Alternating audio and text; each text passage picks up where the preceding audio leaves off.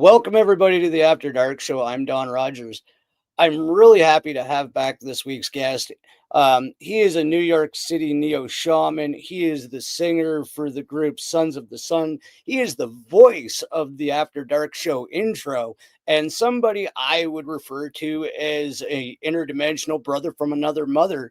It is fearless Frank Castle. That Frank, was thanks for awesome. coming on. Hey, man, thanks for having me back. It's your main man, Frank Castle, Frankie Fearless, the Sorcerer Supreme, your main man. It's great to be here. What's up, Fearless family? What is going on? It's the After Dark Show, and I get to come back with my shipmate, right? Don, it's good to be back with you, man. Oh man, how have you been? How have things going? Like, what is new? Holy shit. Well, I'm married, and I married Paula, and she's my best friend. And it's the greatest thing. We were talking about this right before the show, how awesome it is. I'm enjoying that. I'm getting the yard ready for spring, summer. So everything here is just cement. So you have to like bring anything you want in piece by piece and setting it up. So we're setting it up right now. So that's really good.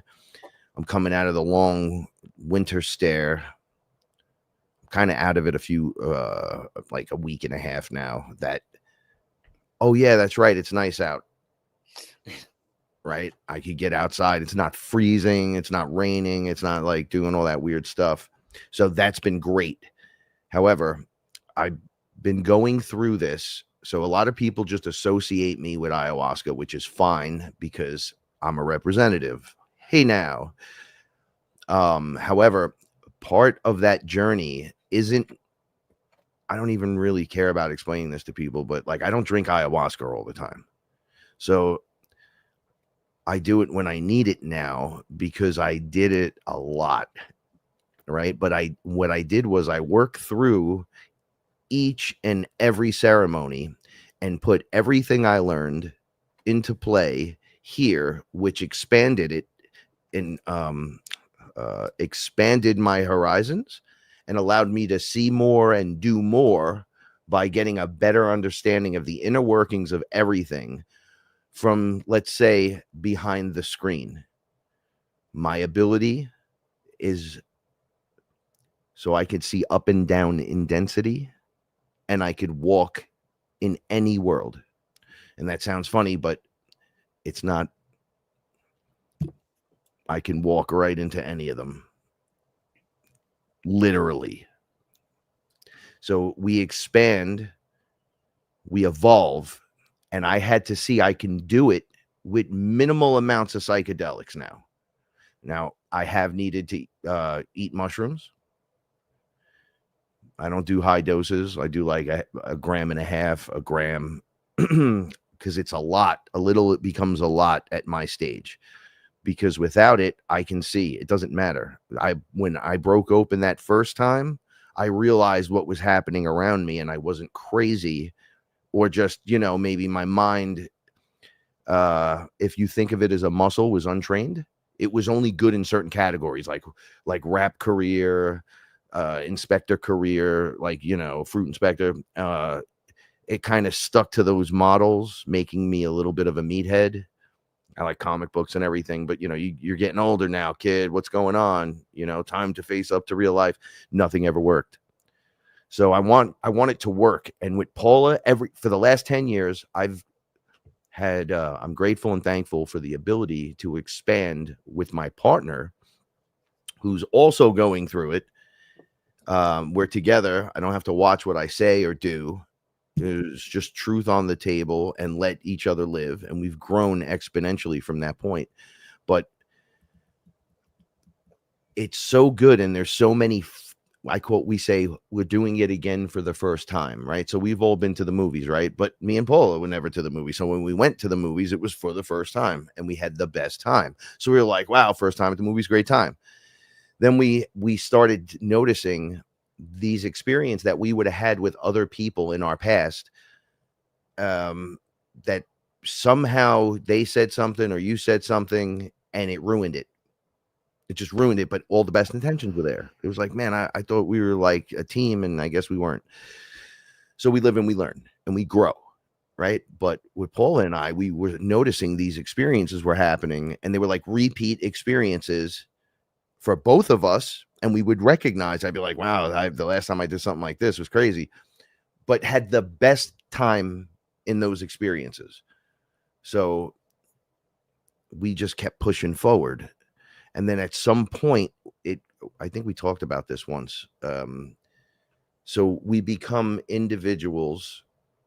It's like the number 8, with infinity turned up, right? So you heal yourself, heal your trauma, and you suddenly start to feel like, I love things, and now I'm happy to be part of this. I'm glad someone even cares. But I'm not gripping it out there. It's like Paul and I had a unique experience where we've been together in multiple lifetimes, and we came here together.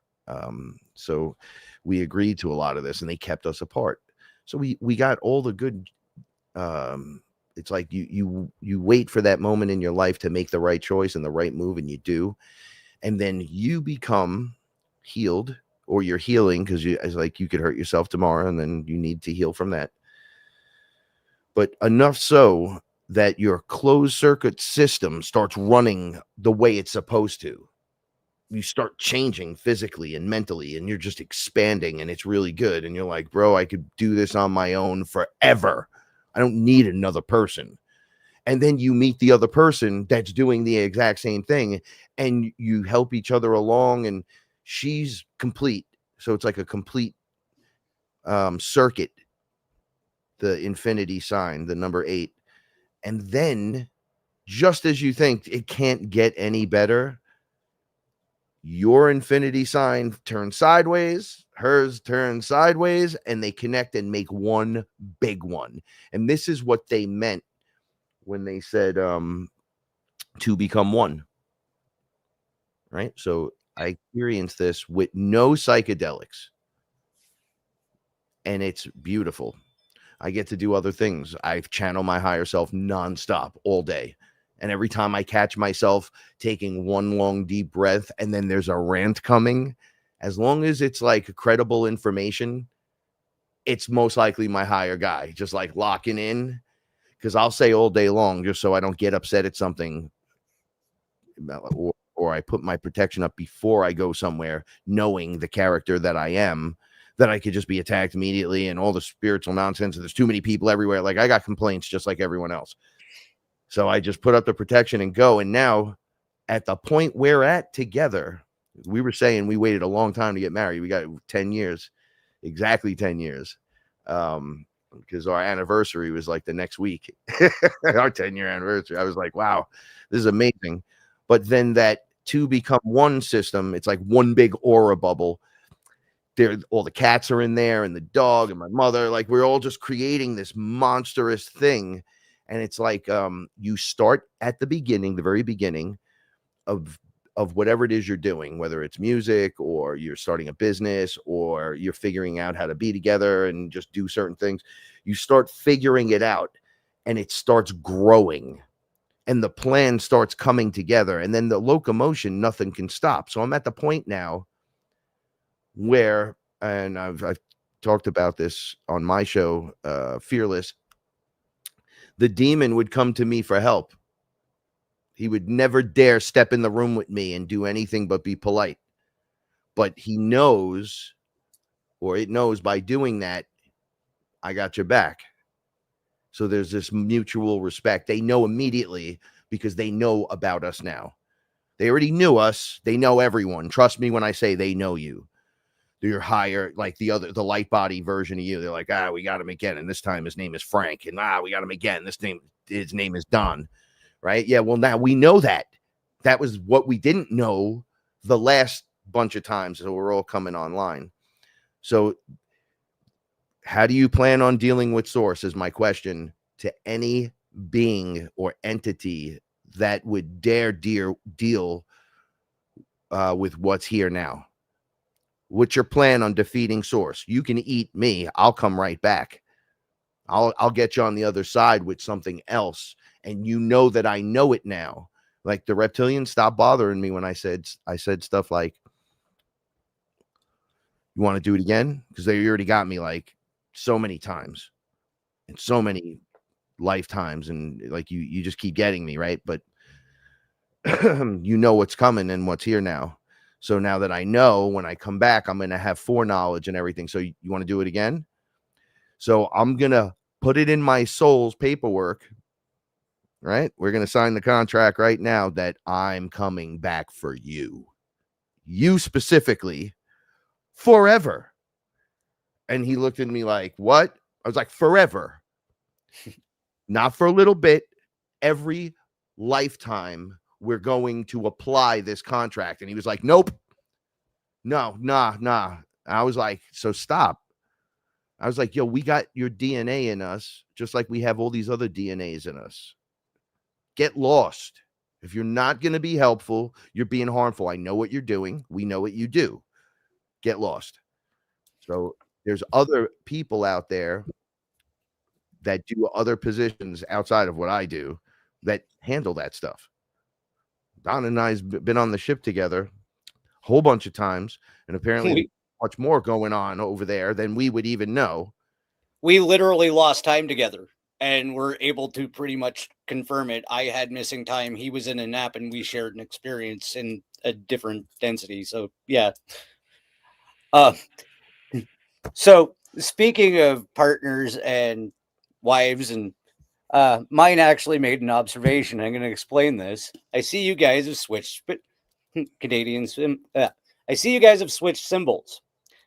That's my wife, my interdimensional exit buddy. Of course, I'm rocking the Punisher. You're wearing Superman. I don't know if everybody realizes I actually have parts of me that are steel, so there's kind of a running joke about me being the Man of Steel, and I was born in Alberta where Superman was filmed, when it was filmed, blah, blah, blah, blah.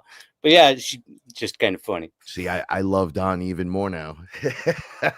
Oh, dude, I can go to the Kent farm right now. So I watched the new Superman trailer and I got emotional during it, and I had to tell somebody. So I told my wife because she was sitting right there. So I don't know, man. No other guy does this. Like no other character makes me like feel like that.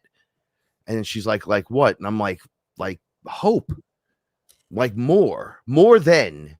You have to rise above. Yeah, with great power comes great responsibility. Spider-Man's awesome. All these other guys, they're all awesome, but nobody affects me like when I see them on the screen. Someone dresses them in the street if they're doing the right thing, just whatever.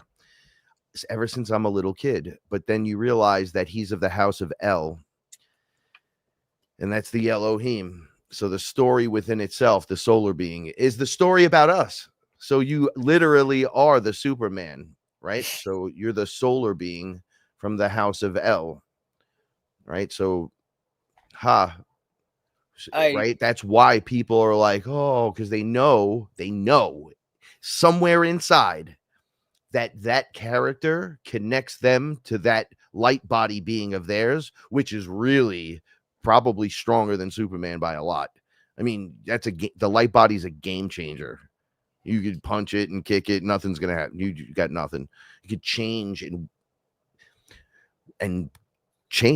manipulate, alchemize reality, which is just a series of ones and zeros in a holographic realm where we learn to lose the God power, come in as characters that have it, to lose it, because when you get to places like Earth, you densify.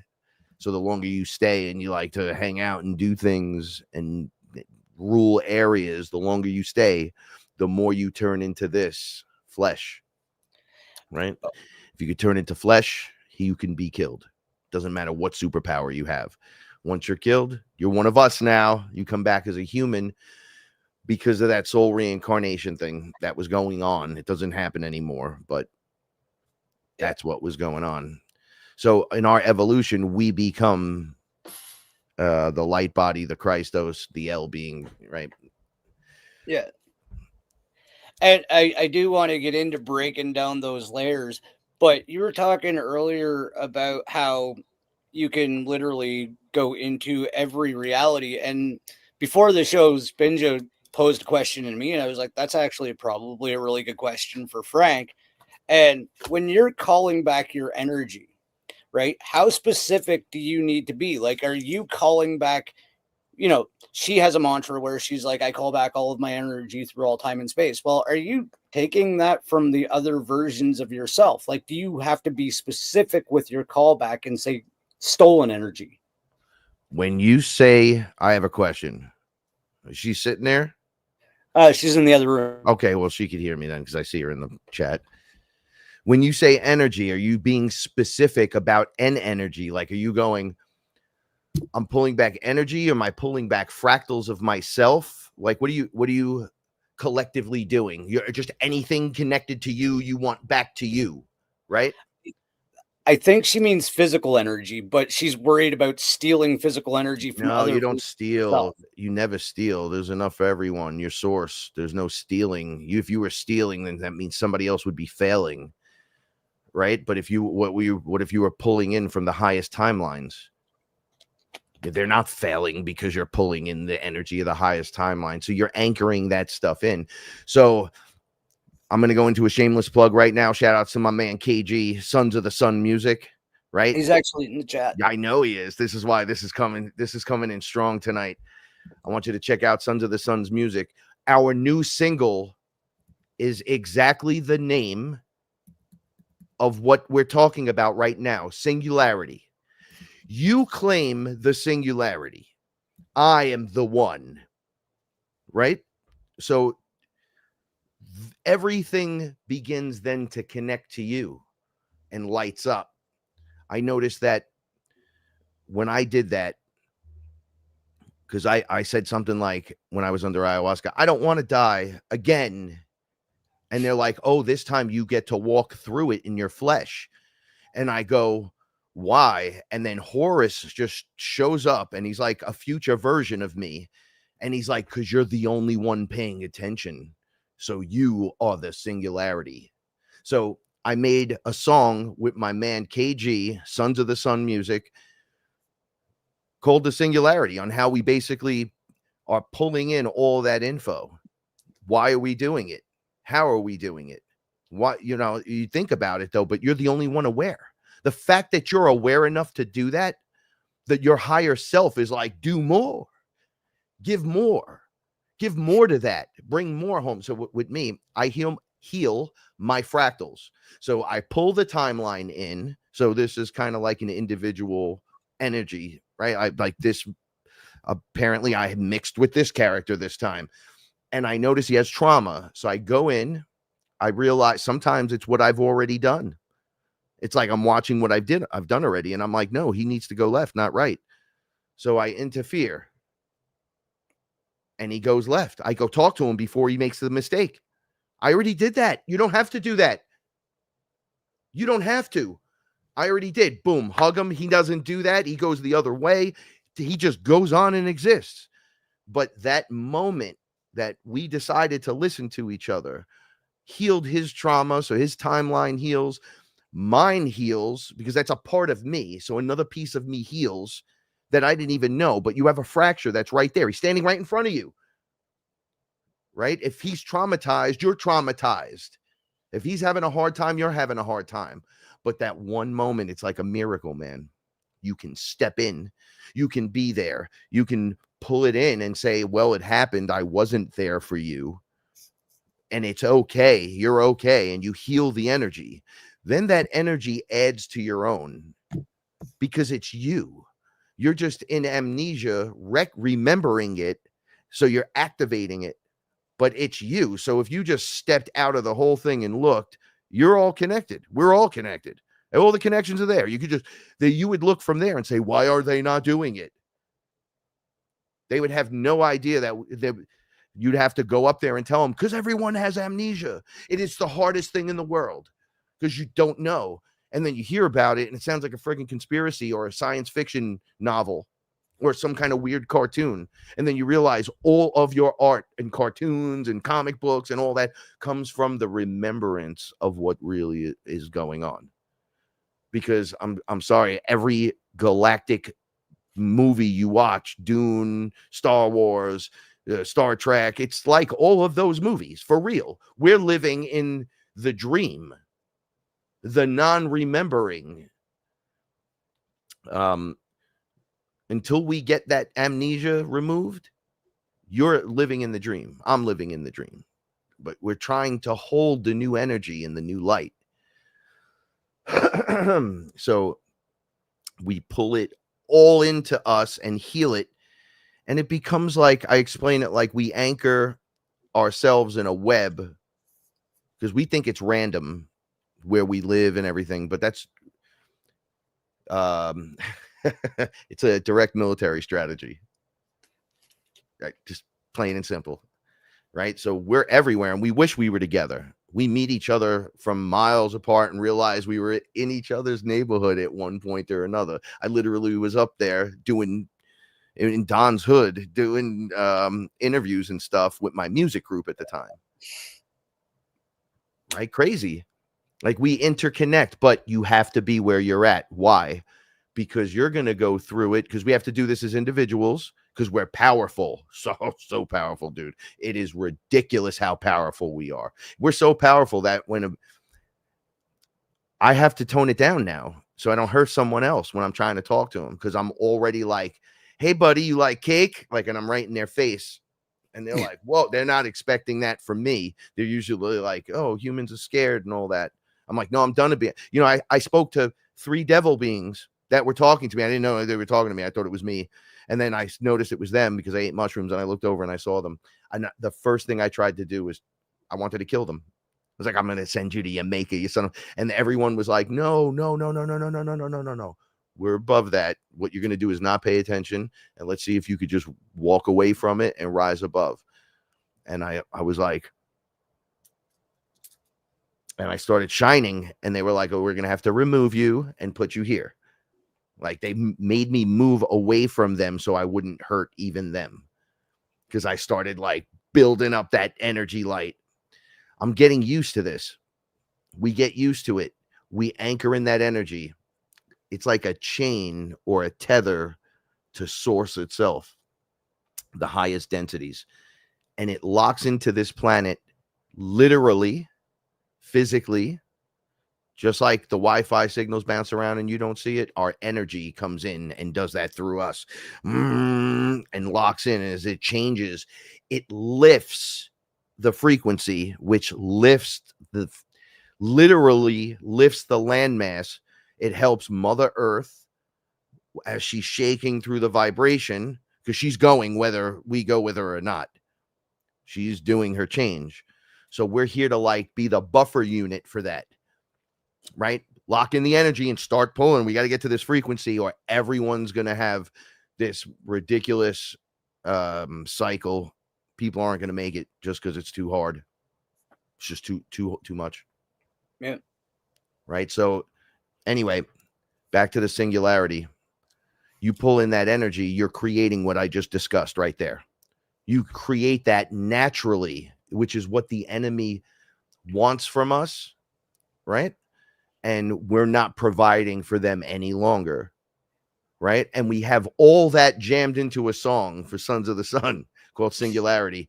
I really appreciate if you go to Sons of the Suns on YouTube, Spotify, anywhere music is sold, and just listen. And if you like it, click a like, share it, subscribe to us if you want to. We have a lot of great content, and we're just going to keep putting out that high frequency, futuristic nostalgia. KG, I hope you enjoyed that.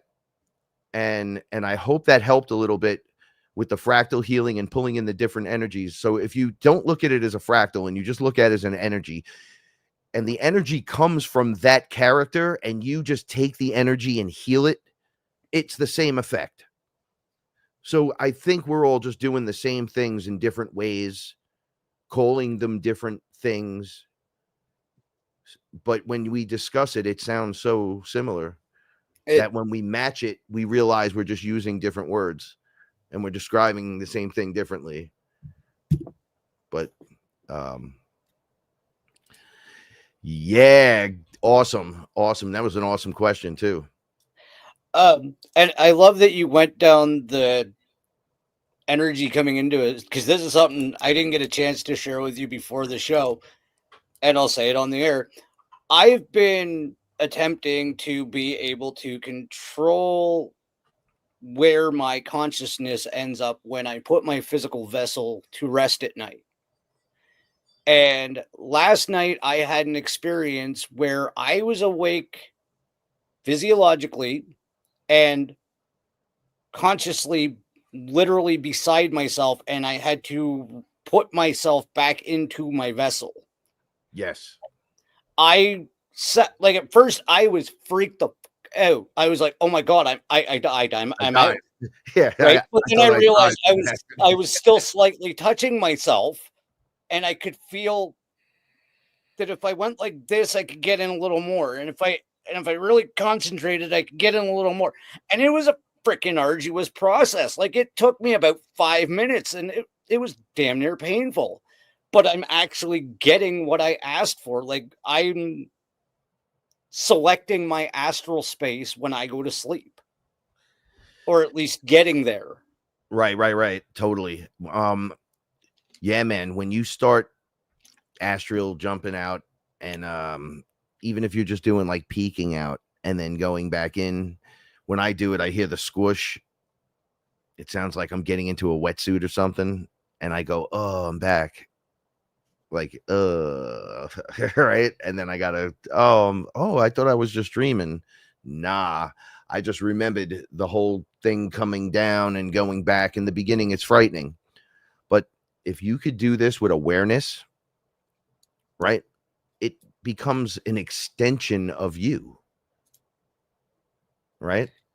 Like, you could do something crazy, like go somewhere, travel to dimension, whatever, under any psychedelic or not. Leave. If there's something that you didn't like that was going on, and you were like helping people, some kind of being, and you couldn't stay because now you're waking up from the psychedelic or the experience or whatever, you're coming back now, you're like, yo, I helped best I could. You can leave a copy of you that's directly connected to you, that can do all the same things that you can, that will be connected, and you can just drop them there to make sure the enemy would never try that again. Because if you show up, they'll never succeed, because it's a light body. And you can do that. Things like that. So powerful.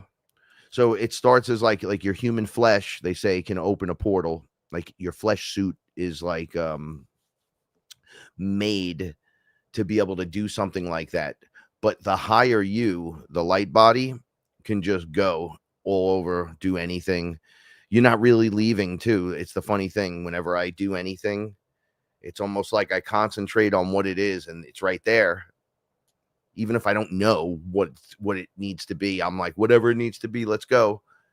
And then when I pop out, I'm there already. So it's like, well, I'm still sitting in the chair, but I'm here, but I'm there, but I'm here, but I'm there. I'm taking care of business, but I'm right here, but I'm right there. How is this possible? And then other beings are like, oh, you made it. Let's go.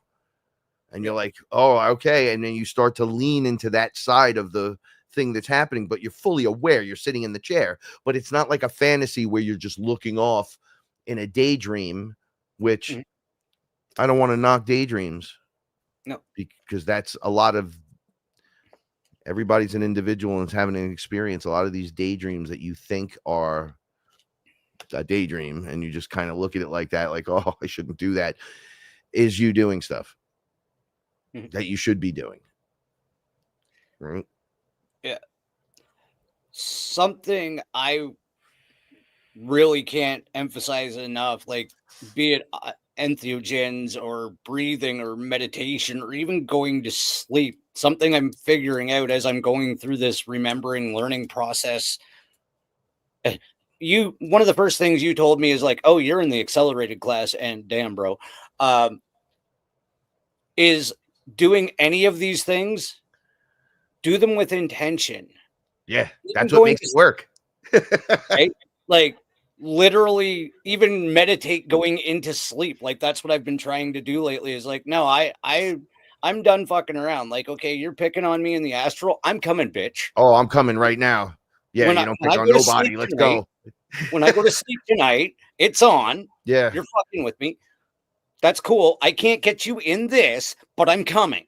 yeah, I Just do that wait. too.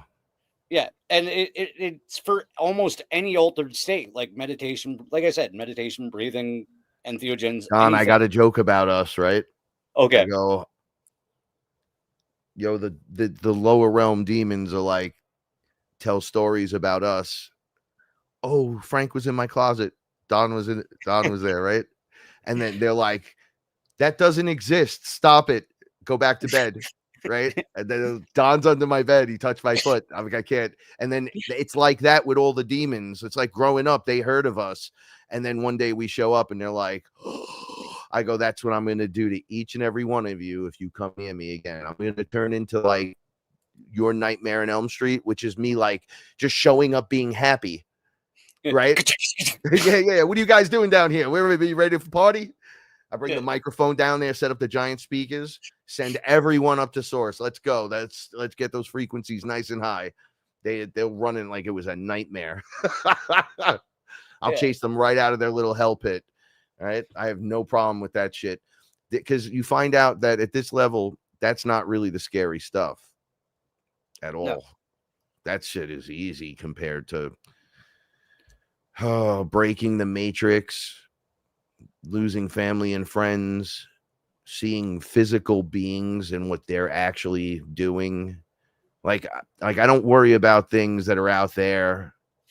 Like when I mean out there, it's like, dude, I don't care who's in this sound system, right? Because I got to wake up tomorrow because in this system over here, these reptiles are eating people, right? And they're doing black magic. I'm like the anti-black magic guy, right? So I'm like, they need people like us around here to like keep the vibe high enough so when that shit kicks off, it just doesn't.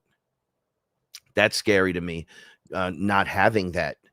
Like people will laugh, just like my dad and my mom, who just for years, and now they're completely in agreement, not by me, by however they found out. So we're together, right? It changed the game now.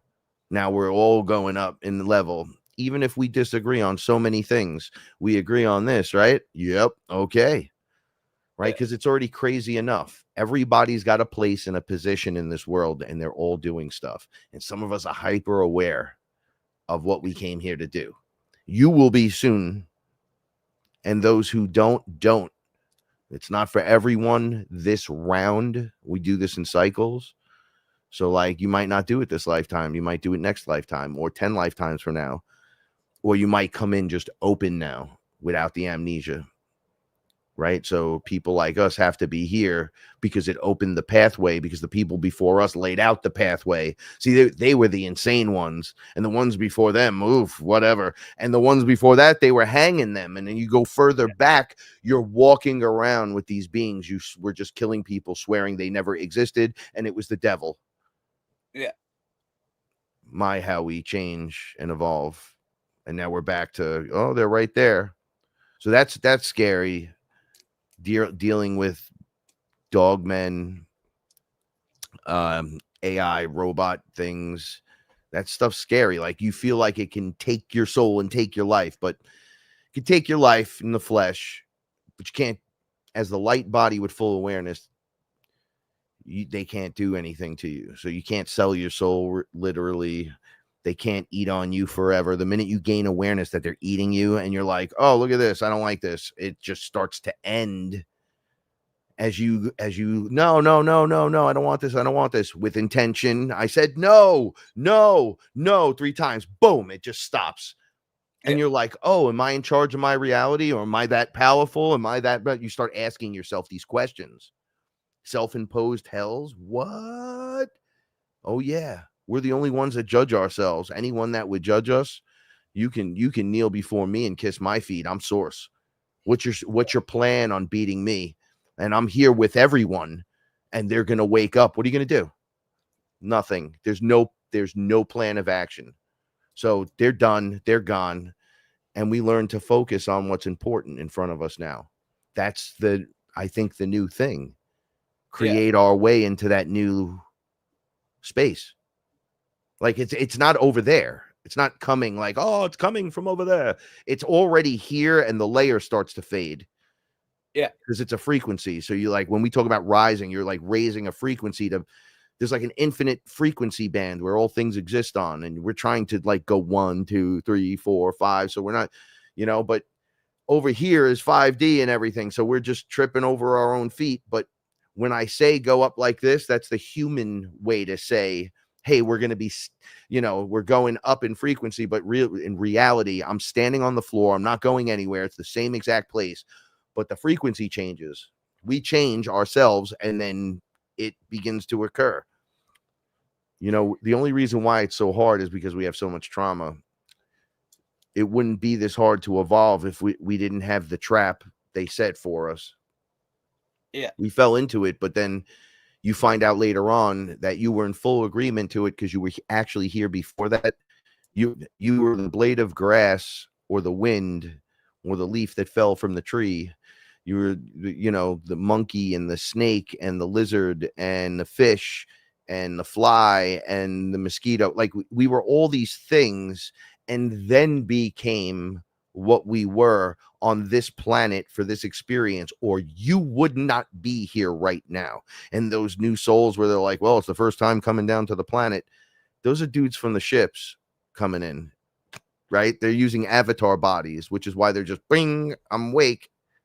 They genetically modify this, or you evolve enough to where you could come through that way.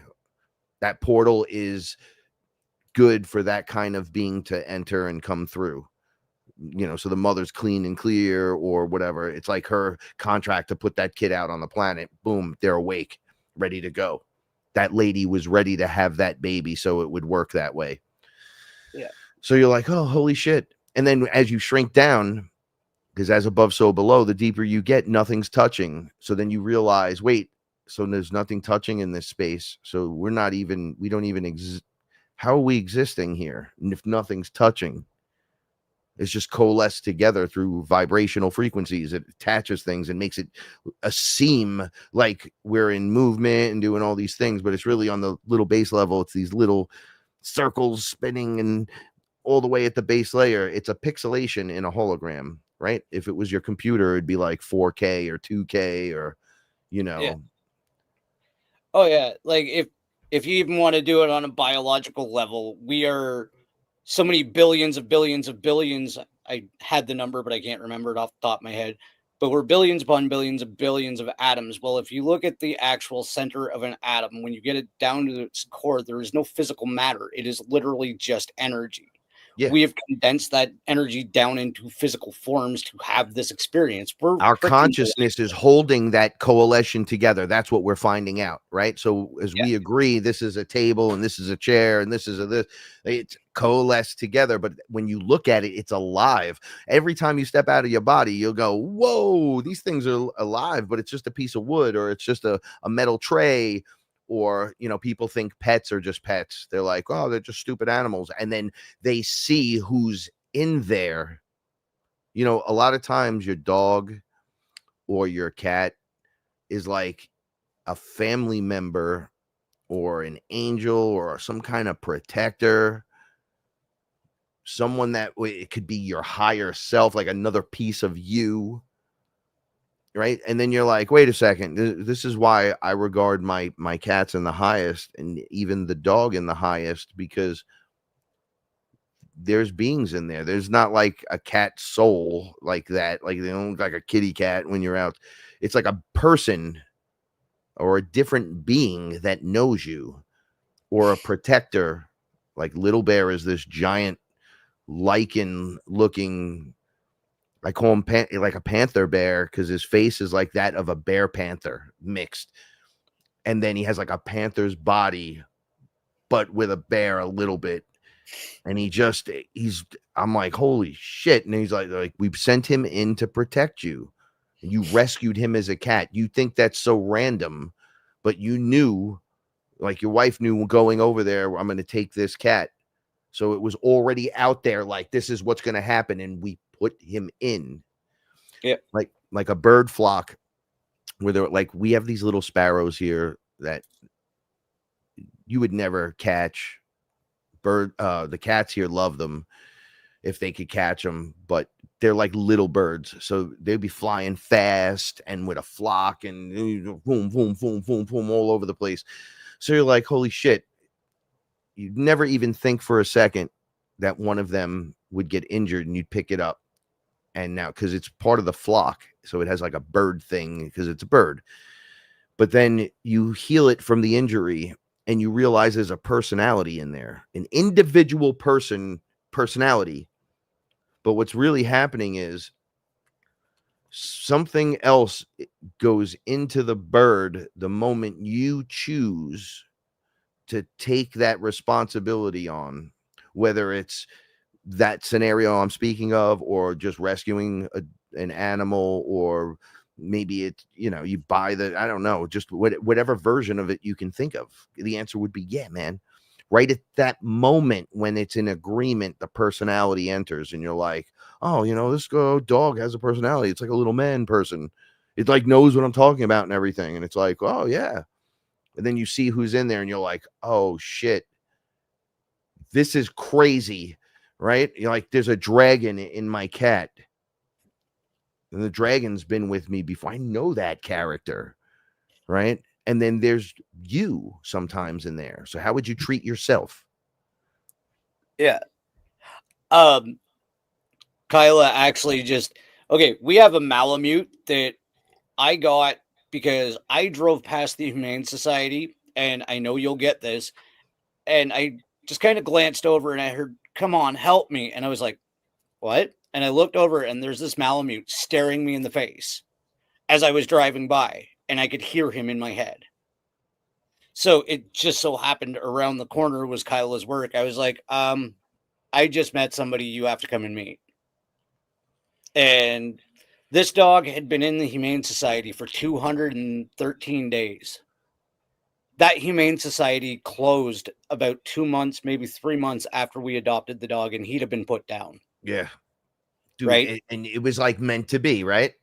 Everything Absolutely. points to that. Yeah. And then yeah, he is 100% a person in a dog, a being in a dog form. I completely agree. Like he greets me at the door and hugs me and looks me in the face like, how was your day, buddy? yeah, Like he knows it's what you need. He knows what you need. My cat knows what I need. Sugar Pop, my cat, that's the one that loves me more than anything else in the world, knows literally every time I need her. She just knows. And I know the dog knows. If he's greeting you at the door, he obviously knows. She greets me at the door as well. Yeah. Just while we're having a chit chat on pets, we did actually have a couple of questions. I see one in there. Yo, what's up, Lexi? I love you so much. I want to go back to the first one. I can't find it. Michael wanted to get your take on the Invisible College, and then Michael asked me to ask you about the Invisible College. The Invisible College? Yeah, like what you know about the Invisible College. What would the Invisible College be? You got to be a little more specific with me. I think I see so many things and do so many things. Yeah. So we'll throw Lexi's up here first. I know Michael. Shout outs to Michael, by the way. If Michael wants to be, he's a shaman. He doesn't say he is, but he is. Yeah. So we'll go with this one for now, which is Lexi. Higher frequencies here. Shout out. All right. Yeah. Is it possible for the dark corporations using Atlantean tech and electronic warfare to block photon real sun energy from activating us? They already have our biofield on their blockchain. So the answer is yes, 100%. Some stuff I learned recently is there's a girl online all the ladies here listen to. They got me to listen to her, and I was like, she's awesome, and she's also on point. I didn't know how far on point she was until I had my own experiences where they have their own technology set up, literally capturing us. I don't know how else to explain it, but what they're doing is putting you in a digital world. They're taking like essence of you. They did this in Black Mirror. I was having like a reflection of what had happened on the show too, and I was like, geez, they're just telling us everything. So they're like pulling from your biofield to create that version of you over there to keep you in the lower frequency, because we're about to pop out of frequency and go into another frequency. So they're trying to lock you into that so you can't go. You won't go. But I think if you go and they don't get destroyed, like I don't know how the other end lives. Do they get to play out their evil deeds, or do they get completely taken out? And we do go into the new future, that separation everyone talks about. I think of it as the clock face, and we're going from 11 to 12, and that's the doomsday clock. But the doomsday clock isn't doomsday, it's the ascension clock. They're tricking us. It's an inverted scenario. So we're 15 seconds to midnight, which means we have vibrated up through all those little numbers on the clock, and and the shift's about to occur. That's what I think they mean. I'm pretty sure of it. But in that separation, what does that mean for them? Does that mean they do it to us? And while they do that, then maybe that part of Earth gets hit with another tidal wave? I don't know. Like, do we all get hit with it and just ascend? I don't know how it works. What I saw was crazy with the event. So I have though seen Jordan Crowder on Twitter. He's a great guy to listen to every once in a while. He has such good information. But he was on a beach and he said he couldn't believe what was happening. It was pouring rain, and then everything, like the sun was coming back, but it was behind some clouds, and the red and pink was everywhere on the beach he was on, and it looked exactly like 5D. He was spinning around with the camera going, I can't believe this. I'm in tears. My wife, like he was into it, and he was showing everybody what it looked like. And I even wrote to him under ayahuasca, that's what the event looked like. That everywhere, that color everywhere. So if it's there, I've never seen that prior to that, and he'd never seen that, and he lives over there. So I was like, oh, look, it's happening. We're shifting and moving. But all right, so can the corporations do it? Yeah, they can. And don't think for a minute they're not doing the most evil stuff. So I just want to really get into this. They're dark, right? So it was that corporate, dark, evil, nobody knows what's going on. It's all compartmentalized characters that were also satanic, Satanists doing you working alongside the dark AI to open portals directly into the pit using sacrifices and to hold the portal open. So those dark corporations are the ones doing it. They're not doing it in the garage the way we would, right? We go into the garage, we have an ayahuasca ceremony. Oh, it's very nice, it's very pleasant. No, they're in the unknown warehouse basement, 10 floors down, 40 floors down, doing the darkest content. So there's many involved, there's many compartmentalized, so it's never the whole place. So they could always throw someone on the sword and blame that person for the whole place. But just like Satan or Lucifer would say, oh, I am Legion, and then all of these followers show up, it's the same thing, and a corporate structure is built that way.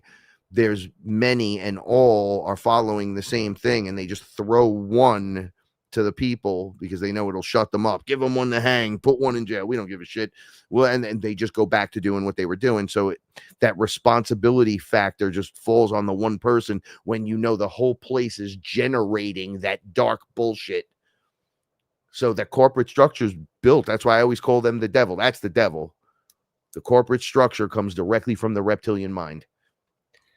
And it's built to do what it does, and it's good at doing it. And that's really funny because I've been reading the comments as you're going along too. It actually ties right into the other question. What you just explained is the invisible college. It's the puppet masters. It's the ones in the shadows.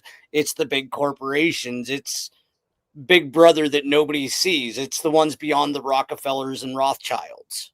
Right. That's what he meant by the invisible college. It's the ones pulling the So strings. no, I'm looking at Michael's thing. Me and Michael talk sometimes. Man, he's great. So what I was talking with BG Cast Steven was it's like, I guess it's like an invisible college if you think about it, because we are going through lessons and leveling up, and when we're specific and we're doing psychedelic journeys, characters like are there for the test. You get tested on the other side. You get scanned and checked and put into scenarios, and they see how you're dealing with it, and that's showing your mental capability and what needs to be changed and dialed in. He needs more love, he needs a little more this, he needs to learn that it's not all love all the time. Sometimes you gotta, you gotta be like, get off my porch or I'm gonna shoot. Like, so you got to be able to do the whole thing, right? Like, we talk about these weird things and I'm like, listen, you get disrespectful with me, I will slap the fucking shit out of you, right? I don't have a fucking problem with it, but sometimes you need to do that. I've Yeah. been in scenarios where you're just like, wow, it goes so fucking far, but you need to learn that there's a bridge and levels and layers, Yeah. and you got to see how far everything goes. What would you do? Remember training scenarios in the future, right? So we'll use Star Trek as an example. They'll put you inside the holodeck and make you have experiences like with Kirk, the unwinnable scenario, right? You don't win it. It's not meant to be won, but he wins it because he cheats, right? You Kobayashi get Maru. back in, right. Okay, so it's meant to test your resolve and how you handle defeat. They want to see if you're going to launch everyone off the ship properly and abandon ship, or if you're going to run scared out of the place because it's if it's so real, right? Where else did they do that? Ender's Game. They were training the whole time for the fight, and then they tested, and then they thought they win the final test, and they thought it was still practice, and it turns out that was the actual war itself. So they're training in the holo rooms and everything. And I'm like, the expansion on us is a ridiculous thing. We're capable of the whole emotional and physical bandwidth. So when I say, oh, I'm the man who walks in all worlds and can see all densities, eventually you'll do it too. We'll all catch up to what everybody else is doing. Right? It's a wonderful scenario. Anyways, let me get back to answering the question. So the invisible college, there are characters there watching and testing and looking, and will congratulate you or tell you. They never say you failed. They said failure is just figuring out what you're not supposed to do to figure out how to do it right. So it's like you plug the left hole, you're supposed to plug the right hole. So you messed up, and now we live and we learn, plug the other hole. Right? So it's just, you learn, and they're there testing that, and they'll congratulate you, and you'll be like, oh, I'm one like, I've leveled up enough to stand in their presence. It's like I'm becoming a master like they are. So I have a few guides that are really cool.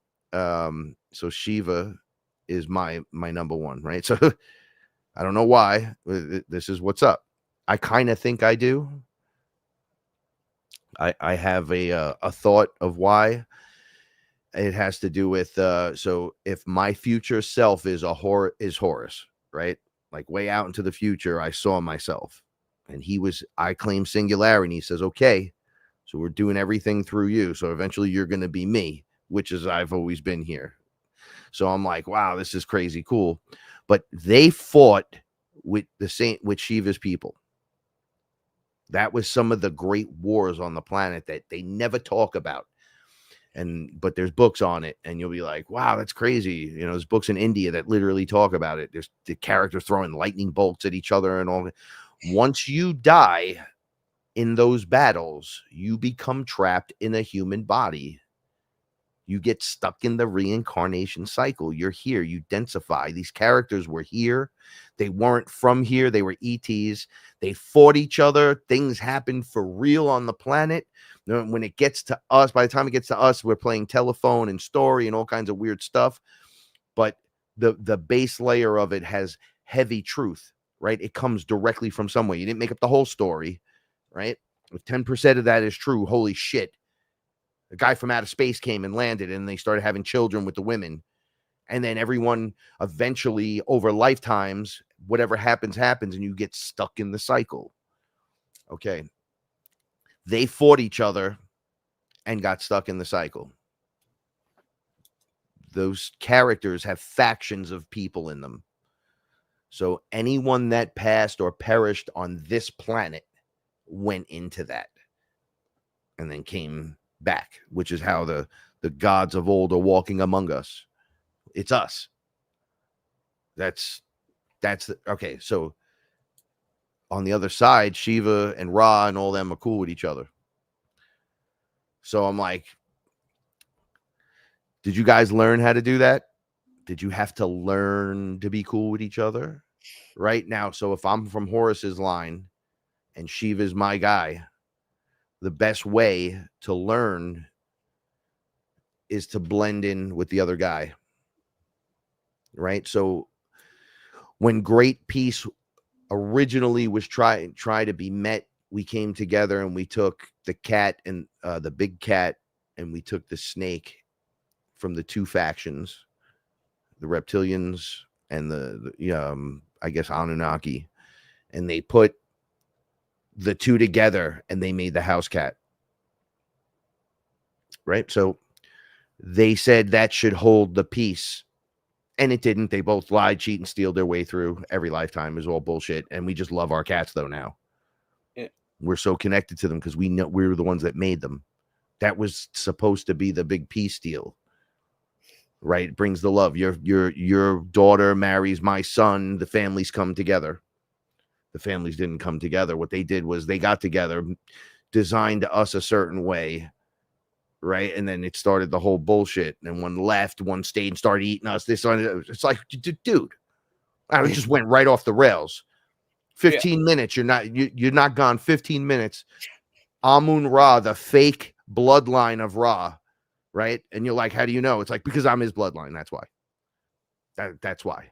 I'm directly, my DNA goes to King Solomon, then goes directly into Ra, Horus, all of those characters. That's where I go. So my best learning experience would be through Shiva.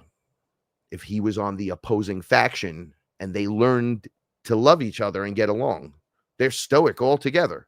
I've learned from all the awesome characters, right? Shiva, Ganesha, Kali. It's like you work your way through the pantheon and each one represents a color like an archetype at this point to help you ascend out of the matrix. It's not that they're an archetype in the matrix. So you're like, oh, it's an archetype. Yeah. Until you get out of the matrix and they're right there.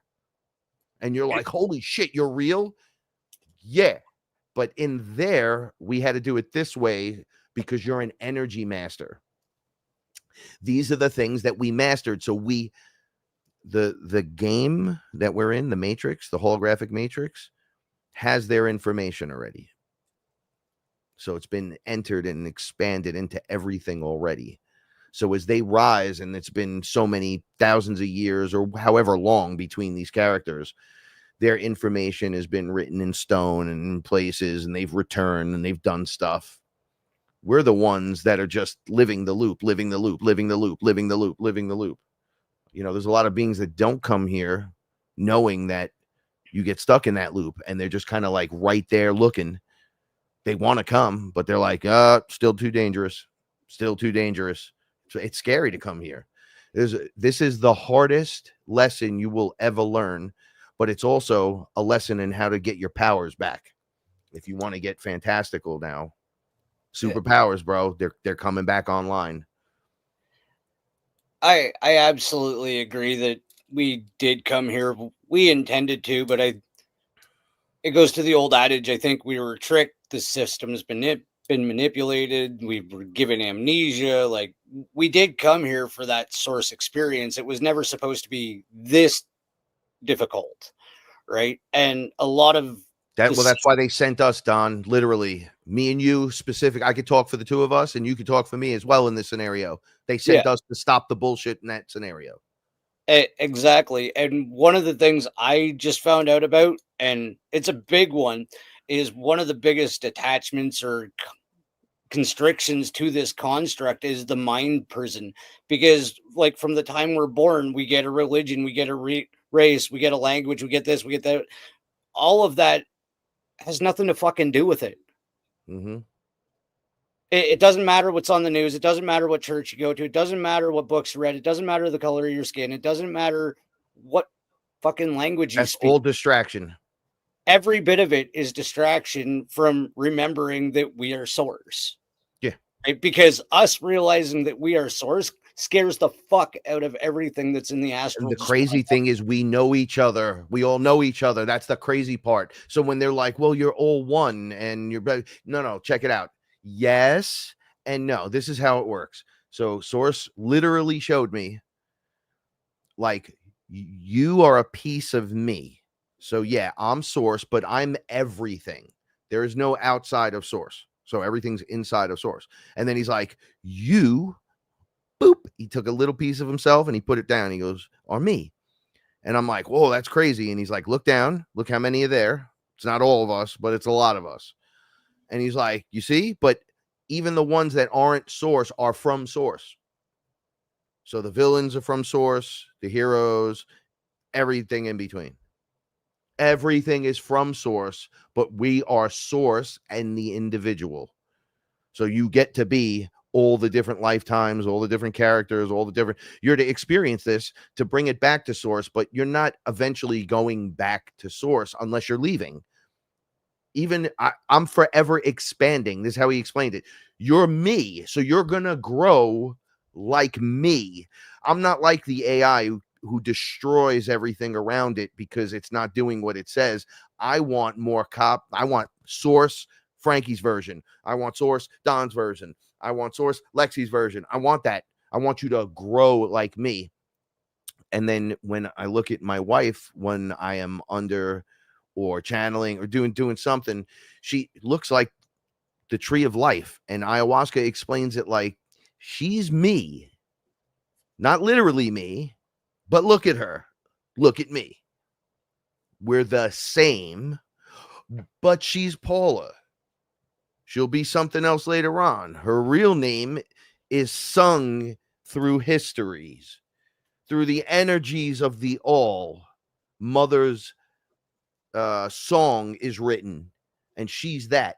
You, even though, and she's Source too. So a little light body Source. So, and then they look at me and they're like, and you're here to protect that. The light body, the essence of the warrior, the one who doesn't run, the one who walks in all areas comfortably. I'll go sit in the pit of hell. I'll go sit in the weirdest places. And I'll be like, y'all know you're fucking up right now, right? And they'll go, what are you talking about? I'm like, well, I'm here. I didn't know. I always, there's so many questions all the time, right? So it's like, why am I here? Well, there's no coincidence I'm here. So if I'm seeing some shit that looks dark, I'm about to learn a lesson, or somebody else is going to learn the lesson today. Right? Source is sending me. It's no coincidence I'm here. Tom, there's no, it's not coincidental. It's all written in. The other guy from the ship knows what the fuck is going on. He's like, bro, get in there. And you're like, got to listen and tune into it. But once the tune in happens, you're like, I got it. And you'll hear them talking down to the most craziest detail. It's because consciousness is connecting. The pipeline becomes open, and we are creating the web as all the little sources everywhere. And it's becoming like the super connector. And we're anchoring in that energy, and we're just going to pull it up. Yeah. I always tell the enemy, this is why I never get scared of anything. What was your plan on stopping that? And they always go, there's no plan, but we're trying to take you. Like, they'll take us out if they can. You can't defeat Source, but I can take you out, right? Like, so I could press the big red button, whole place explodes. All kinds of crazy shit could happen in the world. We could attack them with 5G and technology and all kinds of weird shit. and we can give them shots and all kinds of weird stuff to make sure they get cancers. It keeps them in the system, and then it kills them early. The case for killing Granny, we got to get rid of the useless eaters. We sacrifice all the babies. We get it. Fucking pieces of shit. We're here now. We're awake, so that shit's gonna stop. It's already stopping. It goes on still. Don't think it's all fresh and clear. No. I don't know. See, I don't know when the split happens, how this is gonna work, because I know you hear stories of it, but I never saw the rapture. I saw us getting into the ship because there was going to be something, and then we all just come back down. It was only a couple of days, but everybody was asleep, Don. We weren't asleep. Yeah. We were adding people to the ships. Like, don't worry, it'll be safe. Let's go. And they were sleeping, and we were just helping people go. And then everyone stays asleep. It happens, and then they put us back down. And we just put everybody back, and then it's just like, start the play again. But is it like that? I mean, come on, it's crazy. My thought on it, and I'd love to get your take on it, is like, in these human avatars, we know that we have limited perception of certain things like frequency, sound, light, all of these things. I think what will happen is almost a 100th monkey effect, where a group of us will reach an emotional frequency and just become imperceivable and no longer able to perceive the ones of lower frequency. We just will no longer be perceived by them. We're in the same spot out of perception in the new layer. Yeah. Just like the fuckers guarding the astral, one up. It's almost like a split in the layers again. Well, it's like, yeah, it layers in the onion, so that layer will just run right over the top of that, right? That's and we cycle up this way, or what do they call it? Spiral out. You're spiraling out and up, and the other side goes back into the cycle. The loop, yeah, the loop.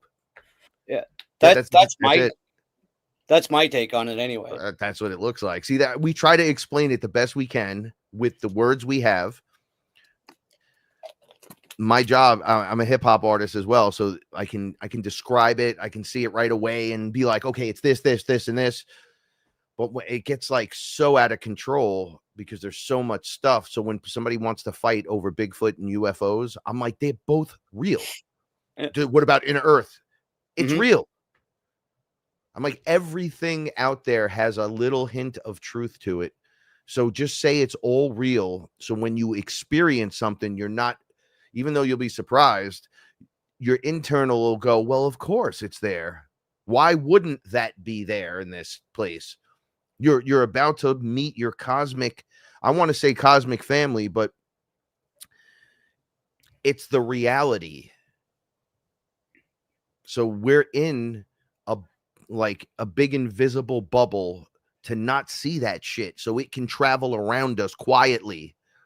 It can get in our view and be in the way and be in the next layer and see in. And there's all these stories and reports of all different weird shit. That's because there's weird shit going on everywhere and it's bleeding through and it knows and they know. Nobody ever plays by the fucking rules. Every piece of DNA that you have in you, they're supposed to put it in you and let you live on the planet and just let you live through your existence and then monitor you as a family member to make sure you're always okay. You know what they do? That's not what they do. All right. So there's, say you have 23 or 24 different DNA strands, right? Which contains everything. Dudes will show up and be like, well, we put our DNA in them. So we're going to go down there and we want to activate this. So they'll activate that and claim, well, it's for the experiment. And it's like, whose experiment? And it's like, well, our experiment, because you're in the experiment. It's like, no. I'm rocking a light body. Like I'm source. You can't just come in here and touch me. You made the body and you put stuff in it, not so you can make adjustments as we go.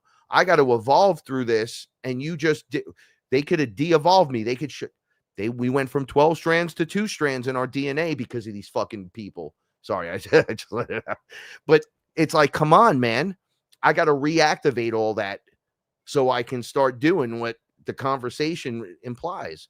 Okay, but the reality factor is inside how we are right now, the walls are going to come down and you're going to see what reality really looks like. So you've been kept from the truth. And the truth is it's all real. It's the best way to explain it. When I say Smurfs are real and Snorks are real, I'm being metaphorical with little people, so I don't have to go gnomes Yeah. and garden fairies and this and that. It's all real, all of it. Yeah, but what about this? Sure, why not? Why not? Like, you're telling me and showing me my future where I can do all these crazy things. And as it's traveling towards that, I'm gaining telepathy with my cats all of a sudden. I'm in sync with my wife. We have a plan. There's no stopping us. I feel healthier. I lost 40 pounds out of nowhere. I was like, what the hell's happening to me? My face went from like this to like this. And I'm like, and I feel great, right? For me, I just Bro, turned 50. bro, me too. I have like 4 of my 6 abs, and I haven't done a fucking sit up. Don, it's in the DNA. I asked, I'll make everyone laugh. I was in front of Toth, Tahute, and I met him, and he was explaining to me some stuff, and I was standing next to him. No joke, he's like 12 feet tall. He's really, really tall. So he had the bird head, the I don't know, whatever bird, and we were talking, and he was just looking at me, and he's pretty stoic. He was standing there, but he's got a human body. But I would have thought if you took his head off and put like my head on there, that's what maybe Hercules would look like. Right. So I was kind of like, it was a perfect body. It was Don. He's standing there in the tunic too, like Yeah. nipples out and shit. I'm like, so I walk over to him and I go right on his butt and I go, do you even do squats? Right. And he looked at me and he was like, why would you do that? And I'm like, first of all, I had to make sure you're real. Second of all, because you're telling me all this shit, I just want to make sure I can touch and that this guy is standing here. I says, do you work out at all ever? And he's like, nope. I go, how is this possible? He goes, your genetics are meant to just do that. Yes, it's good to work out and like move your body in the space that you're in and everything. And for you, it's great to work out and everything. But I'm genetically the top of the line. But Yeah. you are, it's in you. So if you open your DNA strands, you become like me. So that's why we chose the human form, because it houses all of the source. Like it brings it into the physical realm. And then we're in the matrix, not realizing it. When we say matrix, it's just a bubble around the real reality, the holographic reality that's really there. And then I guess as we raise our frequency as individuals, we start to raise up and maybe pop through that bubble. Because I think that's the wall people hit when they smoke DMT. Yeah. They won't let me get past the wall. I'm like, well, maybe you're not ready because on the other side of that wall is everybody else. Are you ready for that? You ready for starships and spaceships and fucking space octopuses that drain your energy and spiders that eat people because they're 20 feet long? You ready for that shit? Because there's reptilians right there in ships. You ready? Inner Earth, they're little T-Rex things, velociraptors that run around in little space outfits that run in packs that talk.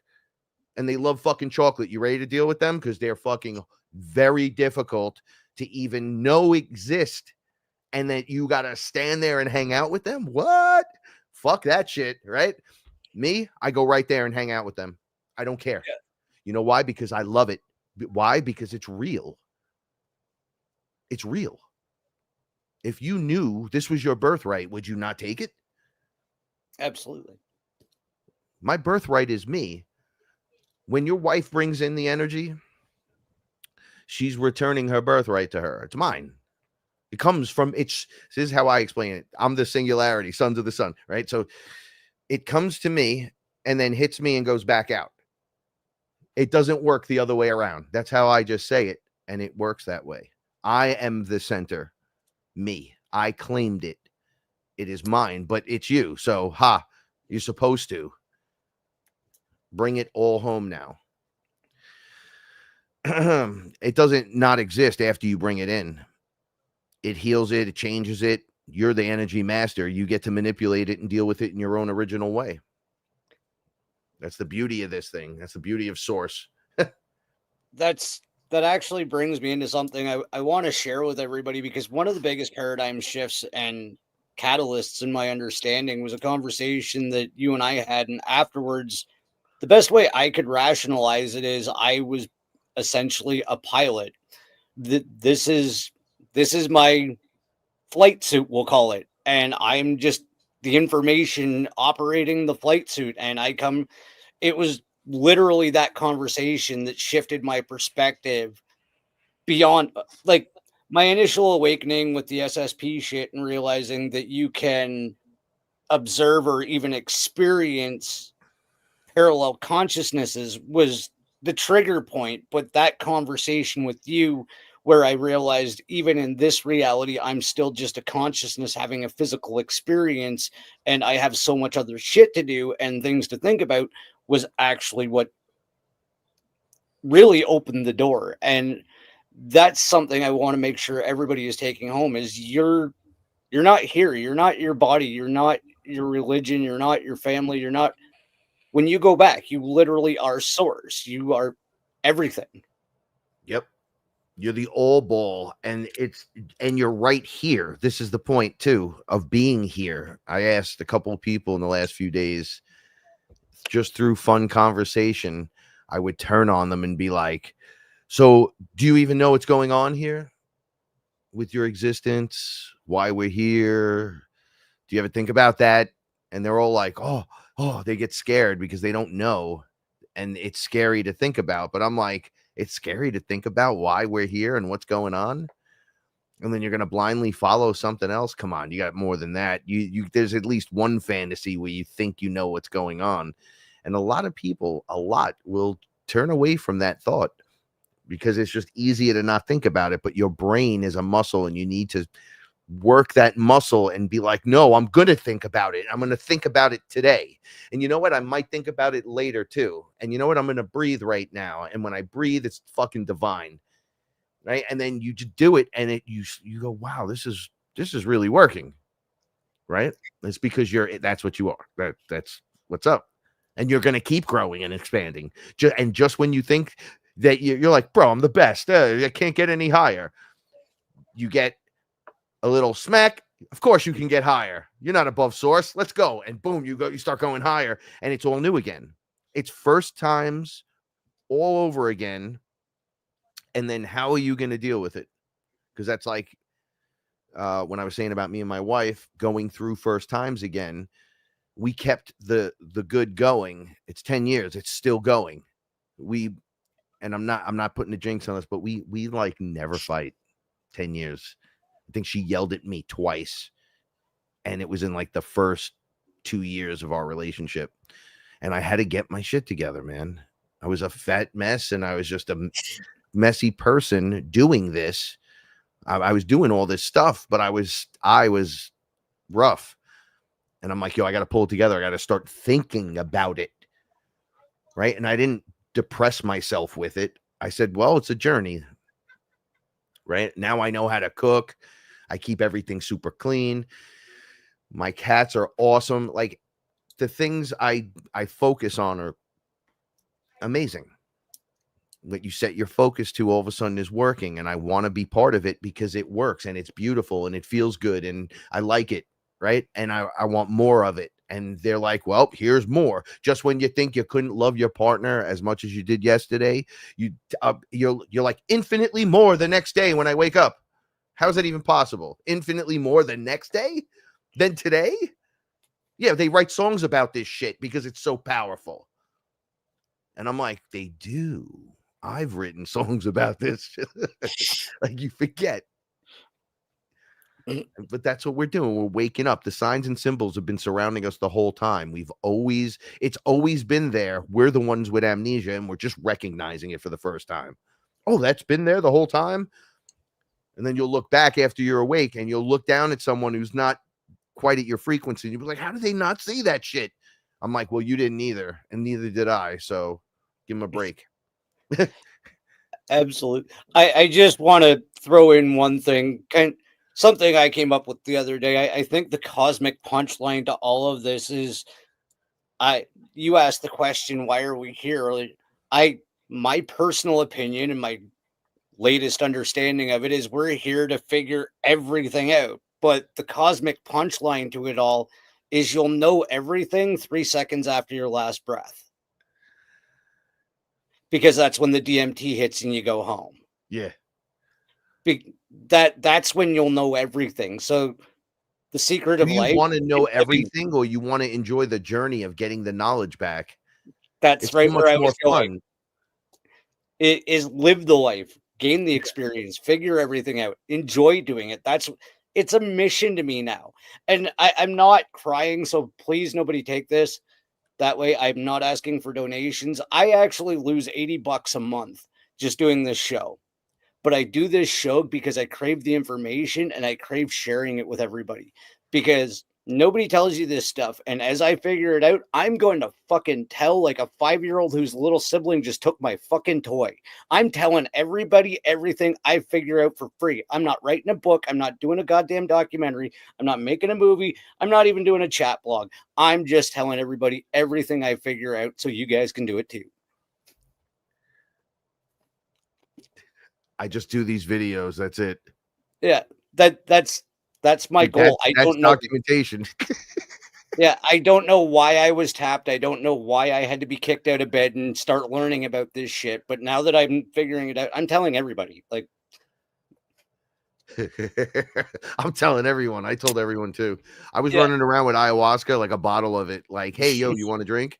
Let's go, let's go, let's go. And no one would drink with me. My wife would drink with me, and we would get the most ridiculous benefits. It's like we learned that we just knew each other the whole time, so we would have experiences where our worlds were coming together, and we were allowed to experience it as it's, oh, look, we were this, we were that, we were this, go into that, have the experience, and be like, wow, that was crazy. So it pulled everything together. Meanwhile, I might have mentioned this once before. I used to hang out with gangsters all the time, like real. It was rough. It was a rough world. And I remember when I was drinking ayahuasca, they were making fun of me one night, and I put it on the table. I just brought it with me. Everybody was doing drugs. It was everywhere. Everywhere there was guns and all kinds of weird stuff. And I slammed the bottle on the table, and I was like, I'm not into any of that stuff. But I grew up. That's the world around me.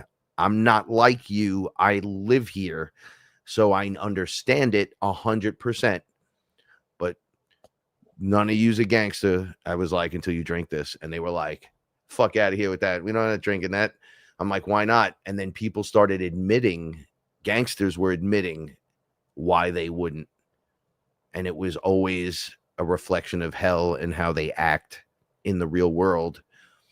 They couldn't face it. And they were just deathly afraid of it. And some people were just like demons. I don't want, because there was a lot of Catholics. Everyone's afraid of that shit. yeah, I said, so you'll all go do your gangster things. You'll put all this out into the world, and not one of you will drink this. But if I threw cocaine on that table right now, you guys would be like, let's party. And they would be like, yeah. I'm like, holy shit. I went out to dinner a couple months ago with my old friends that were good. They're just good. They were the good people. And we grew up together as well. And I'm like, wow, we made it. This is great. And everyone at the table was stressed. They just couldn't wait to eat and go home to their, what they would call a miserable life. So we were calling them on some of their shit. I said, who at this table meditates? You give yourself 5 minutes of meditation in the last year? And they're like, meditate? What are you, a fucking fruitcake? I'm yeah. like, I guess I am. I might just be a fruitcake because I meditated right as I came in here. As a matter of fact, watch this. I just meditated right now. And you know what? I have no fucking stress, and I'm not rushing to get home to whatever you guys are afraid to look at. And my brother was looking at me like, damn. I go, look, if I need a plumber, I'll call Phil, right? Phil's the plumber. If I need a roof repair guy, I'll call him. If I need my toilet fixed, I'll call the other guy. Listen, if you're lacking a little spirit, you call me. I'm at a table with no spirit except for my own. Where are you guys? And they were not, they never checked back in, like, spiritually. Nothing. I have to call it spirituality because I don't know what else to call it. You awakening yourself? Yeah.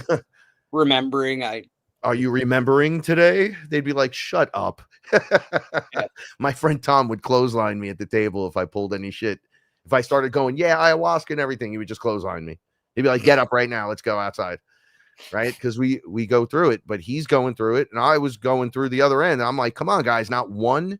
And it turns out, no, there were people randomly speckled in over the course of 10 years that jumped in on that and was like, oh my gosh, it's time, I guess. And they all upgraded and moved on and moved out. They got out of here as fast as they could, too. Yeah. It's almost the first thing they do. They're like, yeah, I got to get out of my place. I got to get out of here. I got to level up. Go. Everybody here wants to go upstate or Florida, down south. We're all going down south. I'm like, Florida sucks. No offense to Florida. It's just too hot. And I lived there for 4 years and it's not for me. And, but upstate is where it's at. But now everyone went 40 minutes to an hour upstate. So it's like little New York City in all the valley. Now there's 3 hours of traffic on a Saturday morning.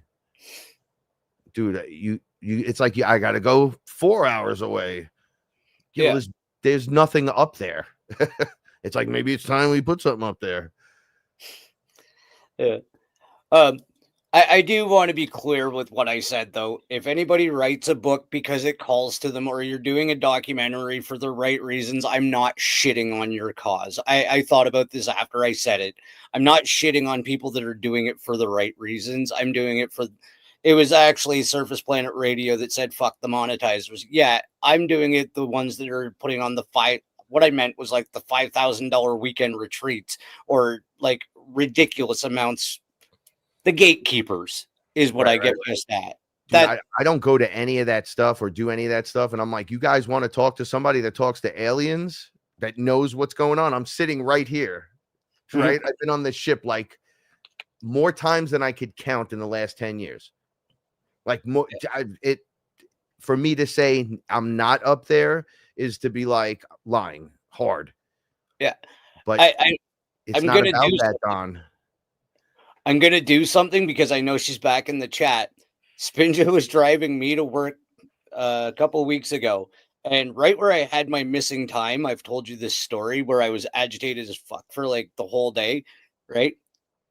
I looked over and I'm like, that plane's like barely moving. And then I realized it didn't have a tail and it wasn't moving. And I'm like, I looked at her, I'm like, do you see that? And she's like, yeah, the plane. I'm like, it's not moving. And she's like, she's driving, so she can't like gawk at it like I am, but it's not moving. And I'm like, what the fuck?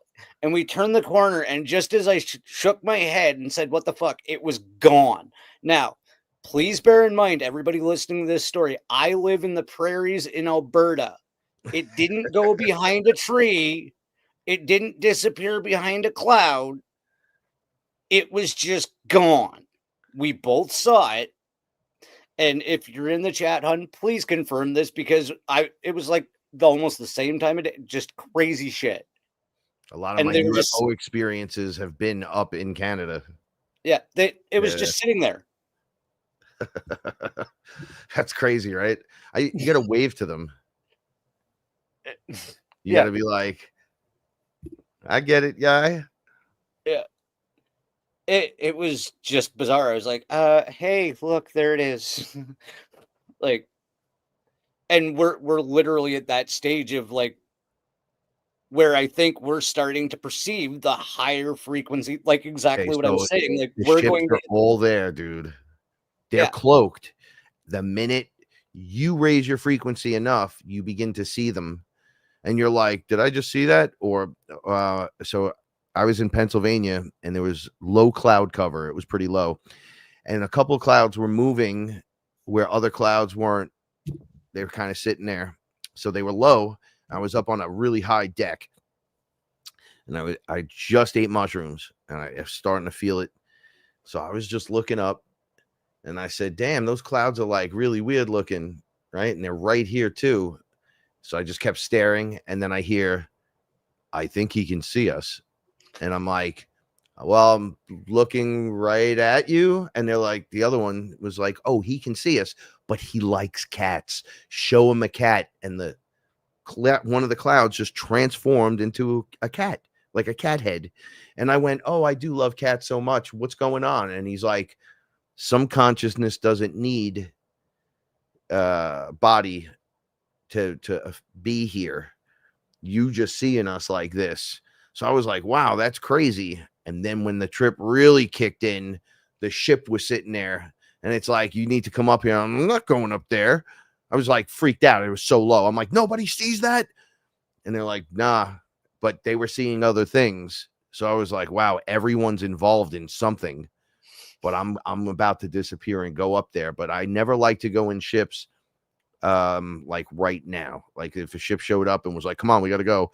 I don't know if I could do it. I might say something like, come back tomorrow if you really need me. If this is really what we're gonna do, I'll come later. Like I don't know what your deal is, so I still don't trust 100% anything. Yeah. I don't think you should ever trust 100% anything, but you know, you No. hope for the best. But I haven't seen. So I see the darkness getting rooted on the planet, Don. I see it happening. I see it kicking up, and I know it's been there. I know the good guys have been watching the bad guys. The bad's still going to happen, and stuff's still going to go on. But little at a time, factions are being taken down and taken out, and things are changing. It's the changing of a guard. Not saying the new guard is any better than the old guard, but that first initial change could really bring you into the new world or not, right? You could either have the other timeline where that other weirdo would have won, and then we would have already been in dark times. Mm-hmm. It would have already been dark. We would have all been in trouble. Everybody across the board, right? It'd be like, oh, they all just went for it. The whole world's going to fall. But it didn't. Yeah. Right? My guide said you got to give it 4 months before you see anything, even though you're cheering or you're not, and you're angry because of something somebody did politically or motivationally. They're like, it's a lot of stuff. A lot. You got to let it work itself through. You got to give it time because the old way doesn't work. It doesn't work. So whatever your argument is in fucking valid. 100%. Doesn't work with the new system. Gone. No more of the bullshit. Right? It's time to level up the game, not level it down. The more you infight, yeah, but I don't like this and I don't like that and I don't like this. Yeah, what do you fucking feel about yourself? Right? Like you can't just give yourself over to a side. Figure it out. Go love your dark side for a little bit. Cut out with the creepy shit. Stop fighting in house with everyone and just get into you and you'll see what's really going on. And then you get involved at the higher level. That's the beauty of this. One day it's like this, and one day it's like that. Just like that, it's over. And you can't walk yourself back. That's the beautiful part about evolution. Yeah. You grow, right? And in this growth process, you heal. So I want to heal physically. That's a big deal with me. I need physical healing. My wife needs physical healing. So nothing medically they can do for us will help us. So I have to grow into this, right? So we evolve and we do it. Or you could sit there and be like, I'm not into that. I'm not into that at all. And I'm not into the fake stories about galactic histories and all that bullshit. How does that fucking help you? It's a good story, bro, but how does that help you? Oh, but the princess mother from Planet X, Nibiru, told me to tell you that. No, she didn't.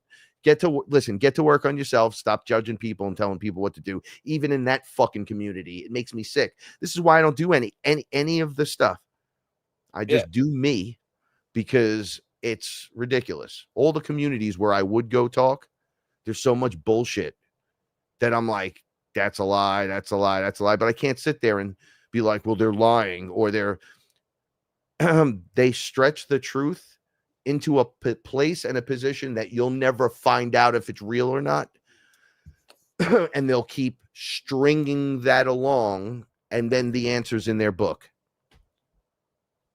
Right? Yeah.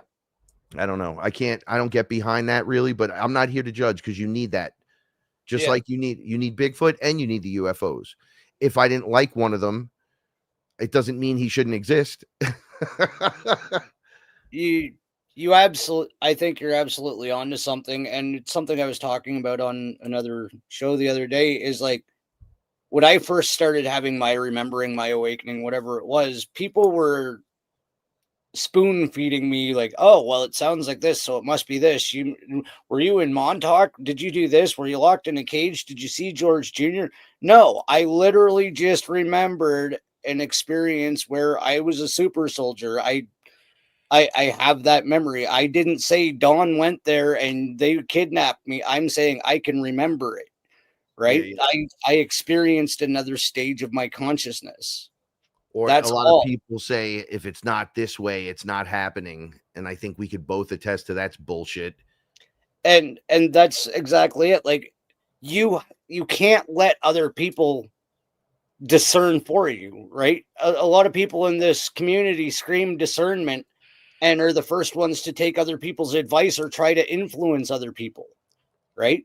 I don't try to tell people everybody that has their conscious awakening is going to be just like mine or just like Frank or whoever, right? But you also can't shove your awakening and your belief system down other people's throat just as much as you can't believe some of the nonsense that's thrown right in front of you. Yep. And it's an individual thing. So the staircase might be we're all walking on it, but your experience walking the staircase is completely different than mine.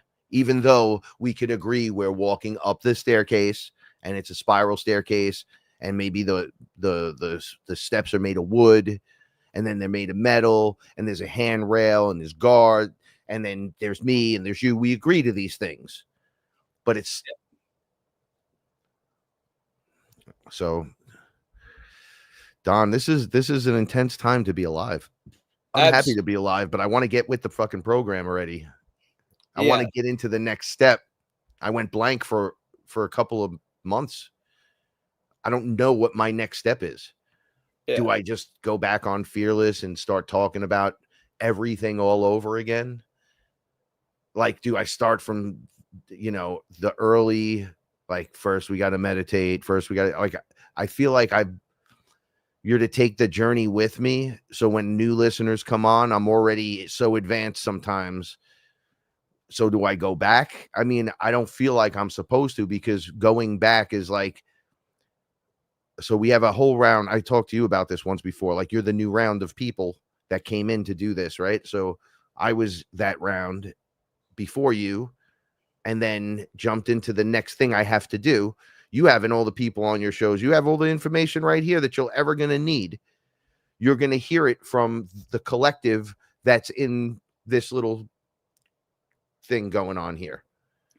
So you're just hearing about how other people are witnessing things or how they're reporting on things, right? But it's really all the information is really right here. So I got to, when I create, I want to create music, right? I want people to uplift and do these things. But what happens when the messages are so personal, and then you come back in and no one understands? No one understands. I don't even want to get into the shadow banning. They've been shadow banning me for years, and every time I call them out, I get like 20 new people.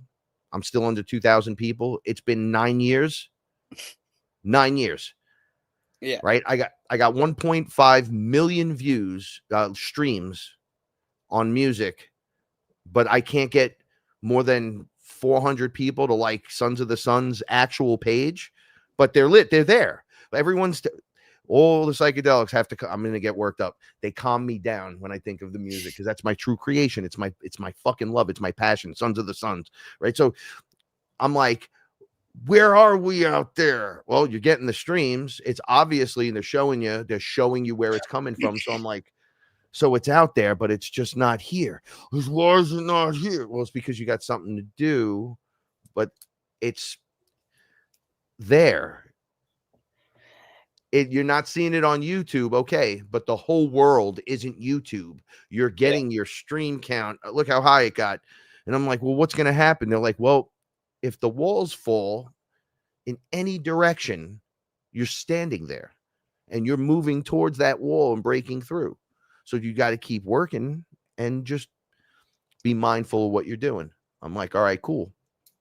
What do I do with my group with Fearless Family. Like I want to talk to them about stuff, but there's 1,000 people now that all of a sudden are either, you know, as soon as somebody has good information, there's 10 people, 100 people reporting on that person, or then faking the funk in there to be part of that, and it clouds and dirties the whole scenario. Yeah. And I'm like, oh geez, do I really want to be in this mess? And then I remember people love me. I love them so much. There's people in this chat room I love beyond anything. And I'm like, nah, but I gotta remind everyone what's going on. But do I want to teach? Do I want to go back and start at square one, or do we start here in the deep end, which is where I want to be?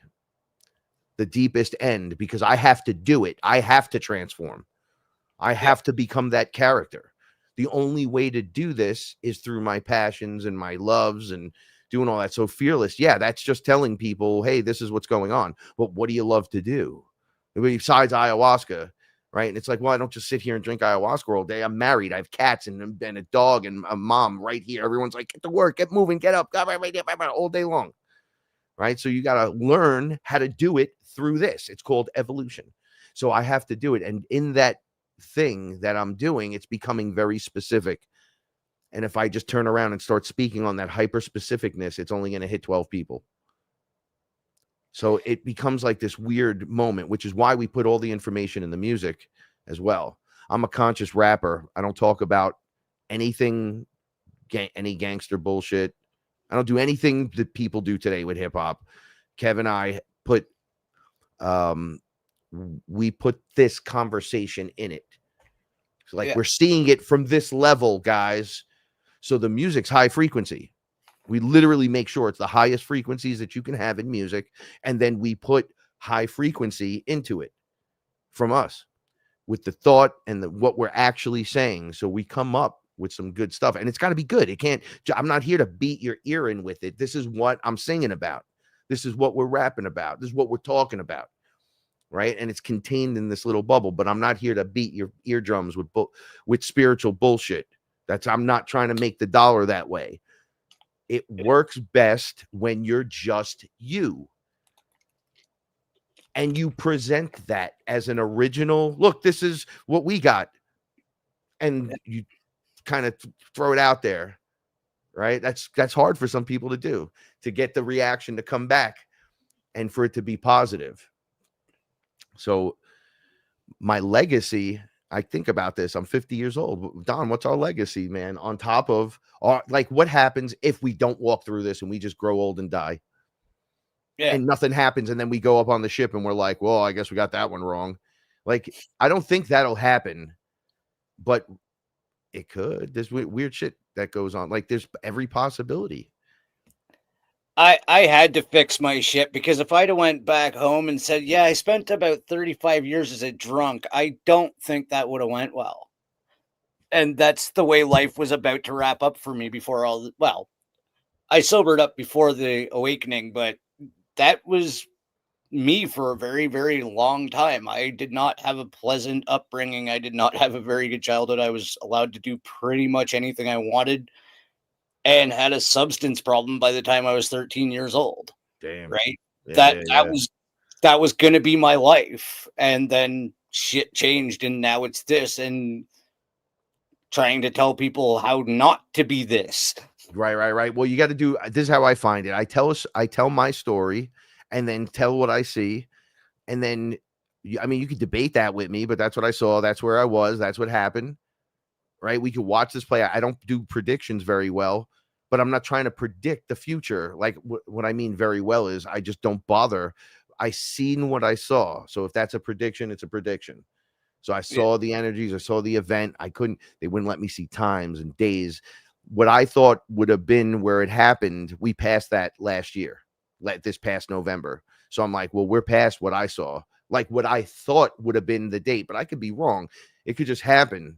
And then it's like, oh shit, you're not supposed to know these things because it has to be a surprise. It's a surprise to you, me, source. You think I'm not going to be surprised when the event occurs, or an ET shows up and lands and wants to say hello to somebody? I'll still be shocked. I'll be like, wow, that's crazy. I need to go over there and see what's going on, right? Yeah. So everyone's affected. The human version of you out there needs to be affected by these things, by the surprise, but you also are having the opportunity to get ready. And those that choose to get ready know that it's more than just a surprise. You're involved with something a little bit deeper. You're here for a different reason. Yeah. Spinja just piped up. It didn't happen. It was a different timeline. That's quite possible too. Because I heard what you said about November, and it resonated. And I also have another one in my back pocket that I don't scream about because I'm not sure either.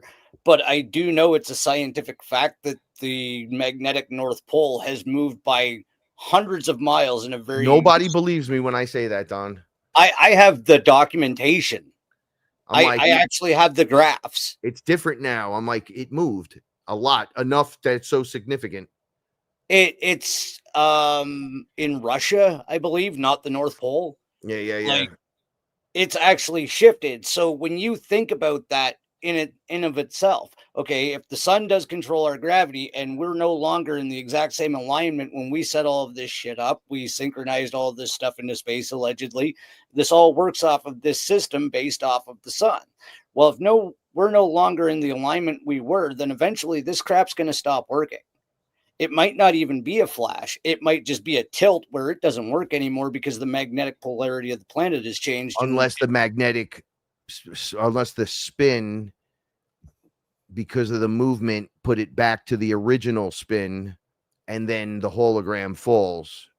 And maybe the spin on the sphere is what, and not just the spin, like the speed of the spin and the direction or how it is on there would allow the frequency to attach to the moon matrix, to the Saturn thing. And that's what held that spin. And now that that's shutting off, the magnetic north went to go back to normal. So we're here to go see everything. With me, it was like the original. They kept going, you're the original. And I'm like, well, the OG, right? And they're like, yeah. Remember? And I'm like, oh yeah, it goes back to Egypt and past it a little bit and a little bit further. They're like, no. Go back. And when I go back, the earth was just the earth. Like, this place was different. It was so different. And there were inner earth beings, and we were down there, and we were like kings. And I think I talked about this before. So a kingdom, right, with a king and a queen, that's not like Game of Thrones. Yeah. So your king and in your kingdom is the representative that keeps the other creatures of the kingdom from. You're a representative. You're not to do anything to anyone. You can't charge anyone. You can't yet, but you have to go there and be like, hey, listen, you can't do this, and you can't go. Like, you can't go over there and punch the Smurf. You can't. You're not supposed to do that. Obviously, it's not good. Or somebody comes to the kingdom, the representatives come forward, but each one of those subclasses. So if I'm in my kingdom and I'm the king, and then there's the little people and the big people and the animal kingdom, and each member of the animal kingdom was his own species, they would have a king and queen that will come forward and be part of that. So when they say there's kings and queens, it's because we were whole, us as an individual, and we were doing this other thing. And then we came up, and it changed. And that was before Egypt ever existed. There was no pyramids. There was none of that. They were like, you guys created the place on the other side. So when someone tells you, oh, we're in charge because we run this, we were here first, that's when you just call bullshit. So when the reptilians were like, well, we're obviously the oldest thing here, I'm like, okay, if this is your, I'm older than your dominion, so much older that you guys weren't even thought of yet. You weren't conceived as a species and I was still just doing my thing. How's that for you? And they go, oh, he knows. So they know that when we know, they know, they're like, oh shit, we're in trouble now. Damn. Yeah. Yeah, it's their reaction to us too, knowing it. They leave you alone. They're like, oh, because they can't take you out. Because if they come to take you out like that, the other beings could step in. It's against the rule. You could yell at me, you could scream at me, you could whisper in my ear. You can't touch me. I do want to just click in there. Next time someone tells you you're full of shit, well, this is right from NASA itself. Earth's magnetic poles have flipped or reversed approximately 183 times in the last 83 million years. According to NASA, these reversals are thought to have happened at least several hundred times in the last 160 million years. Jeez. So this is it.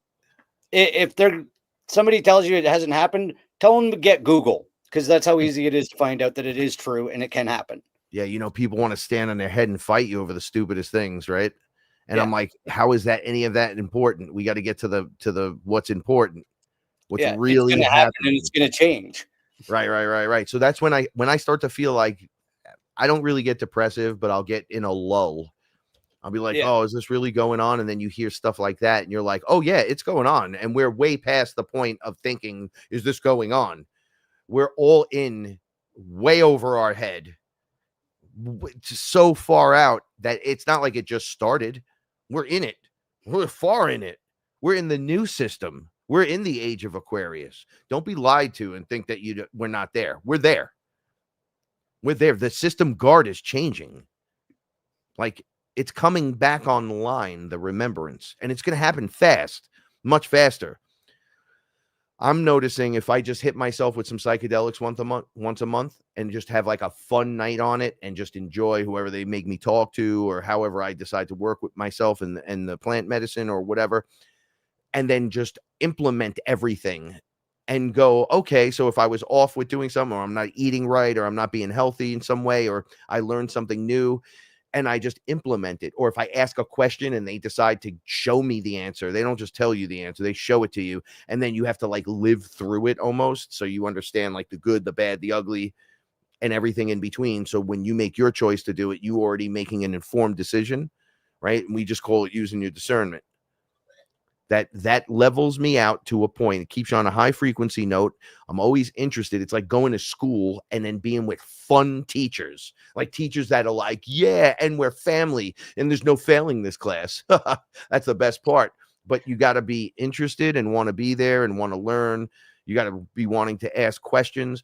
But the next, let's say 3 weeks, 4 weeks of my life, I'm at such a high frequency. I implement the little changes. Remember, 10% each week, you're going to be way different in a couple of weeks. So if you're trying to do a healthy routine and you were just having a very hard time, I had bad knees and bad ankles and I was really overweight for me, right? Because I'm like thick, short, and heavy. And it was like, oh, I'm dragging around. Like everything's smooth on me. I don't have like fat, bulby, hanging, nothing. It's all solid. So when it gets really big, it's hard to move. Pants don't fit. You're wearing jogging pants and shorts and shit, and they're too big because you're wearing a bigger guy's stuff. So I'm like, maybe it's me. I got it. So it's not like, oh, the world's changing. Oh, blah, blah, blah. The currency is going to flip and it's going to be crypto. Yeah, that's all great. I'm too overweight. I can't breathe. Well, then you need to go for a walk, kid. But my knees hurt. So then you find other things. You learn how to stretch and move again. And then all of a sudden you're like, oh, I did the stairs 5 times today. My knees don't hurt. I'm going to go for a walk around the block.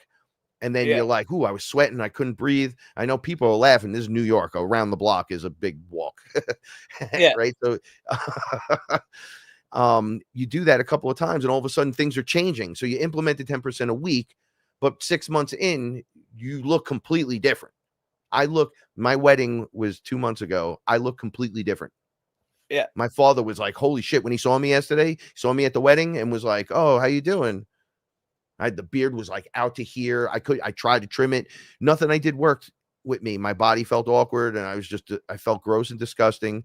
I was having a hard time staying awake through the whole day. That was like the hardest thing to fucking do. I was like, dude, I need a nap. Oh my God, I'm way too whatever. Now you see how I've been during this show. This is how I've been since the wedding. We both, Paul and I, agreed we just got to do something. Yeah. So we started doing something. It starts with like we were holding each other's hands and doing squats, and we're only doing 10. Then we stop. We're smoking a blunt. We're like giving each other a high five. We did 10 things, and then we do another 10, and then we do some stretching. And then now I'm doing big stretches. I'm walking for miles. I've lost a bunch of weight. I feel good. I feel like I could, do something in this world. So you got to become the change you want to be. That's my point. You got to put forward the effort. Absolutely. And I think that's a great place to wrap this up, because we're coming up on 2 hours again already. Like, we just blow through this shit and it feels like we just get started. But do you want to tell everybody again where to get all your stuff? And I'm going to grab the Sons of the Sun link and the Singularity link and put it in the description for this as well, because I do have your Fearless Family page and I think your YouTube in the description now, but I'm going to add the other stuff as well. You got to give everyone the Going AWOL, bro. That's your theme song. It's got to be it's got to be in the link description. Yes. You're like Going AWOL, baby. You know, they're playing that on FM radio. What? Dude, so up here, they were going to pay me to be on a show on FM, just like $20 or something, $25. And then they were like, this guy's the sweetest guy in the world. A buddy of mine. So he's like, yeah, I'm on Vermont radio, FM. So they got the spot open tonight. Do you want to be in there? And I asked him, could you play my song if it's radio ready? So I gave him 2 songs. He played both of them. And now it's being logged in as I look at TuneCore that they're playing it there and in the Hudson Valley. So even your theme song is rocking. So when people are like, where have you been? What have you done? I'm like, well, I don't have too many spins, but they're playing us on FM. Well, we get paid for that in the background. It's not a lot, but you get logged in as doing it. So it's like, oh yeah. That's awesome. And yeah, I absolutely love, I can't tell you how much I appreciate like getting to use that. You know what? Fuck it. I'm going to play it. I love everybody in the chat room. Thanks so much for being here tonight. I love you so much. And my name's Frankie Fearless. Sons of the Suns Music is the music group, and we're pretty good, and we're pretty humble about it, but we really want to get the music out there and get it shared to everyone. So I'll just throw it out there, like, subscribe, share. If you enjoy the music, just pass it along and enjoy it, right? And enjoy your life. Have a good moment where you're like, wow, finally some music, new stuff we could sing along to and rap along with. Something that isn't WAP. One more thing. Pretty sure Going AWOL is what blew our truck speakers, and she's absolutely right, but don't tell her. All right, everybody, I am going to wrap it up, and I'm going to thank everybody for showing up and being in the chat and all your wonderful comments. And like I always tell you, if you can, go outside, because it's a lot better than sitting in front of this goddamn screen. I love you all. The universe rewards bravery.